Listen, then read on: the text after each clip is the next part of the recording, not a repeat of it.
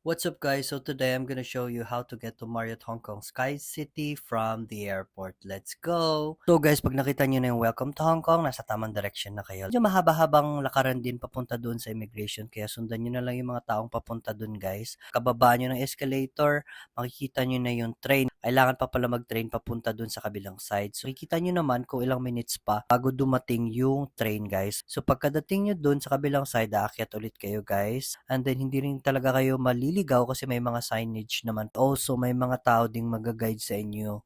I suggest na go straight sa immigration kasi medyo mabilis sumaba yung pila guys. Finally, after ng immigration namin, syempre kukunin na natin ang ating luggage. After ng luggage guys, exit na kayo and then look for the hotel coach. If you purchase Octopus, you have to go to this side, this window, and claim nyo po yun guys.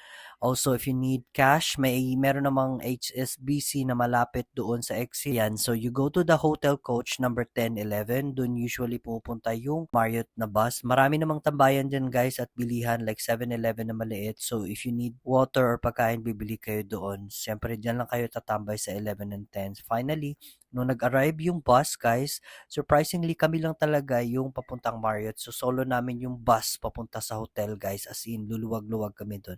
And then, nung dumating yung bus, guys, umalis din siya agad. As in, literally, umalis lang siya agad para lang kaming sinundo, guys. It took lang maybe just 5 minutes going to the Marriott Hotel from the airport kasi sobrang lapit lang talaga niya, guys. As in, tanaw mo lang yung airport from the hotel. So, napaka-convenient talaga niya guys. So, pagdating ng hotel, binigyan kami ng schedule nung bus nila guys going to airport or and Tung Chung Station. Also, they will ask for a credit card for a 3,000 Hong Kong dollars deposit and they will refund it back naman din pagkaalis nyo. So, yun nga guys, excited na silang pumasok sa hotel. So, let's go!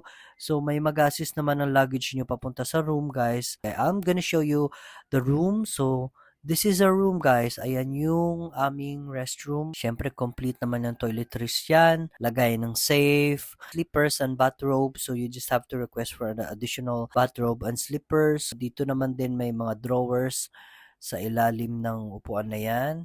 And syempre, ayan siya guys, merong couch, ayan yung bed namin. Syempre, ipapakita natin yung little refrigerator nila. Glass for the coffee, ayan yung mga creamer, coffee and sugar, wine glass, and then papakita ko yung view nyo guys. So, alam nyo yung nakikita yung view niya yan yung terminal going to Macau. Workplace ka rin dyan sa gilid.